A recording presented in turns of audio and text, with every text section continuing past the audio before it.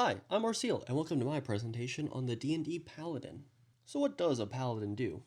You follow an oath, which grants you power. This oath can be to a god, for vengeance, or for any sort of cause or ideal, for a natural facet of the world. But you gotta follow an oath, and because of that, you gain a little magic on your sword. Also, there's half casting and smite. Smite's the very important part here.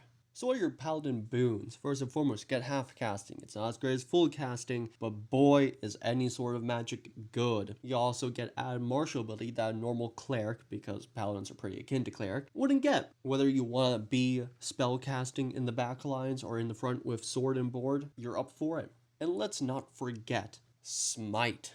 Divine Smite. In the new version, it's a spell. It does the same thing as the old version of Smite, it's just actually a spell now. The most important thing is, it does a lot of damage, and that's all you need. So let's get into your Paladin Banes. You got the 3 ability score problem. We saw this with the Barbarian, and it's rearing its head again. You want either your Strength or Dexterity to be good, because that's going to be what you're using to deal damage in melee or with some sort of martial weapon. You want your Constitution to be good, because Constitution is always good. But if you are going to be in the front lines of melee and stuff, well then having more health is more important. You also want your Charisma to be good, because that's your spellcasting modifier. If you want to cast spells, as the Paladin gives you the ability to do, and some of them are really good, all spells pretty much are really good, you're going to want a good Charisma.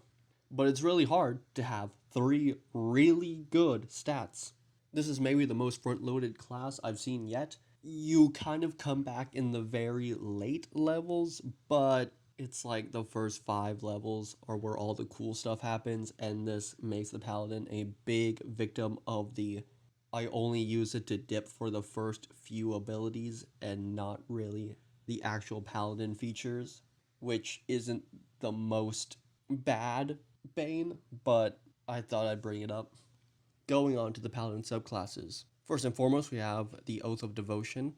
Honesty, courage, compassion, honor, and duty. It's what most people think of when they hear Paladin and think of the Holy Crusader archetype. Pretty simple. For justice, Deus Vult, blah blah blah, lawful stupid stuff. Hopefully you're not actually playing it as lawful stupid, but it's all there. Next up, we got the Oath of the Ancients.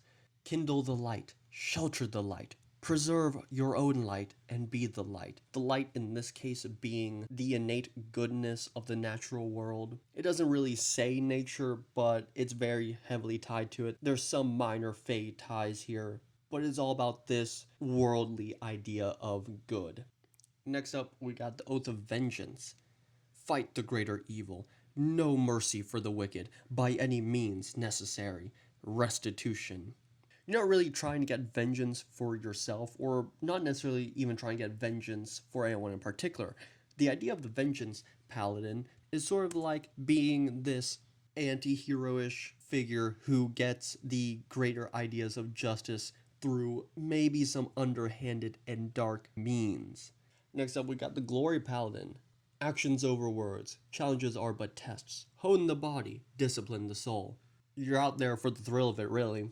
Just going out there and doing things because, hey, you can go and do that. I mean, it's called glory. You're all about getting that glory, that personal growth and self-improvement. Who needs any other greater reason than I can and I will? Now we got the Conquest Paladin. Douse the flame of hope. Rule with an iron fist. Strength above all. Lawful evil, right? You're here to rule over the weak and subjugate people, and like, if you want to do that, that's cool. You can do it with this guy. You got a lot of abilities that go with being a martial fighter rather than the spellcasting part. There's also a lot of abilities that deal with intimidation. It's a certain vibe, and it's there for you. Next, we have the Redemption Paladin. Peace, innocence, patience, wisdom. If I'm not mistaken, this is the one where you can't really resort to violence first thing first. You gotta try and do other things. You're sort of like a diplomat in that way. You're trying to win people over through your words before your fists. And that's pretty cool. You also have a few restorative abilities, so you can work as a clerical healer if need be. You're like some old sage without wisdom. Go, Gandalf, spread your words to the world.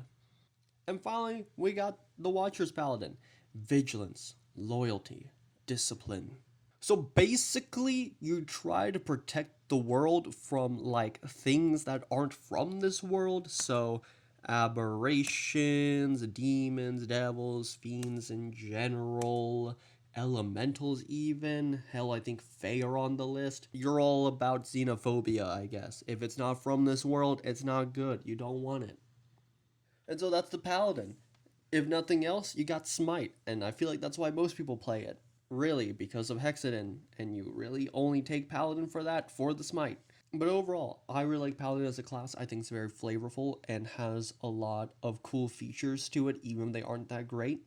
And it's sort of up there along with Fighter and Sorcerer as probably one of my top 3 favorite classes.